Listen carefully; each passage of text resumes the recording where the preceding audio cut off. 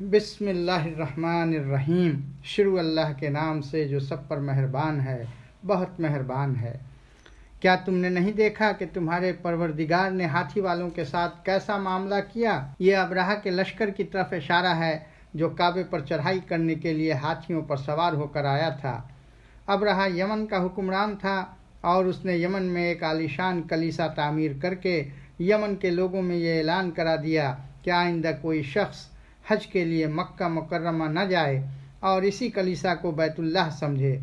عرب کے لوگ اگرچہ بت پرست تھے، لیکن حضرت ابراہیم علیہ السلام کی تعلیم و تبلیغ سے کعبے کی عظمت ان کے دلوں میں پیوست تھی۔ اس اعلان سے ان میں غم و غصہ کی لہر دوڑ گئی اور ان میں سے کسی نے رات کے وقت اس کلیسا میں جا کر گندگی پھیلا دی، اور بعض روایتوں میں ہے کہ اس کے کچھ حصے میں آگ بھی لگائی۔ ابرہہ کو جب یہ معلوم ہوا تو اس نے ایک بڑا لشکر تیار کر کے مکہ مکرمہ کا رخ کیا۔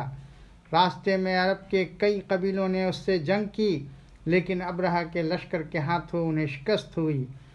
آخرکار یہ لشکر مکہ مکرمہ کے قریب مخمس نامی ایک جگہ تک پہنچ گیا، لیکن جب اگلی صبح اس نے بیت اللہ کی طرف بڑھنا چاہا تو اس کے ہاتھی نے آگے بڑھنے سے انکار کر دیا، اور اسی وقت سمندر کی طرف سے عجیب و غریب قسم کے پرندوں کا ایک غول آیا اور پورے لشکر پر چھا گیا۔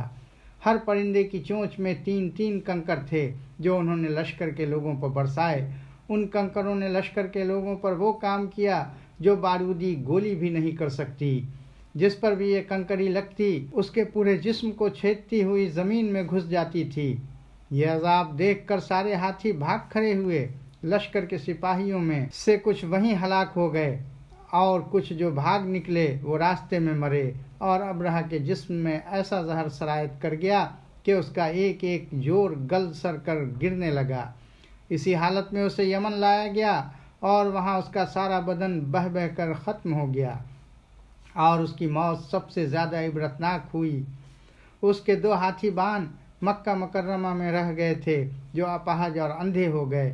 یہ واقعہ حضور اقدس صلی اللہ علیہ وسلم کی ولادت باسعادت سے کچھ ہی پہلے پیش آیا تھا، اور حضرت عائشہ اور ان کی بہن حضرت اسماء رضی اللہ عنہما نے ان 2 اندھے اپاہجوں کو دیکھا ہے۔ اس صورت میں اس واقعے کا تذکرہ فرما کر حضرت صلی اللہ علیہ وسلم کو تسلی دی گئی ہے کہ اللہ تعالیٰ کی قدرت بہت بڑی ہے، اس لیے جو لوگ آپ کی دشمنی پر کمر باندھے ہوئے ہیں، آخر میں وہ بھی اصحاب الفیل کی طرح منہ کی کھائیں گے۔ کیا اس نے ان لوگوں کی ساری چالیں بیکار نہیں کر دی تھیں اور ان پر غول کے غول پرندے چھوڑ دیے تھے جو ان پر پکی مٹی کے پتھر پھینک رہے تھے؟ چنانچہ انہیں ایسا کر ڈالا جیسے کھایا ہوا بھوسا۔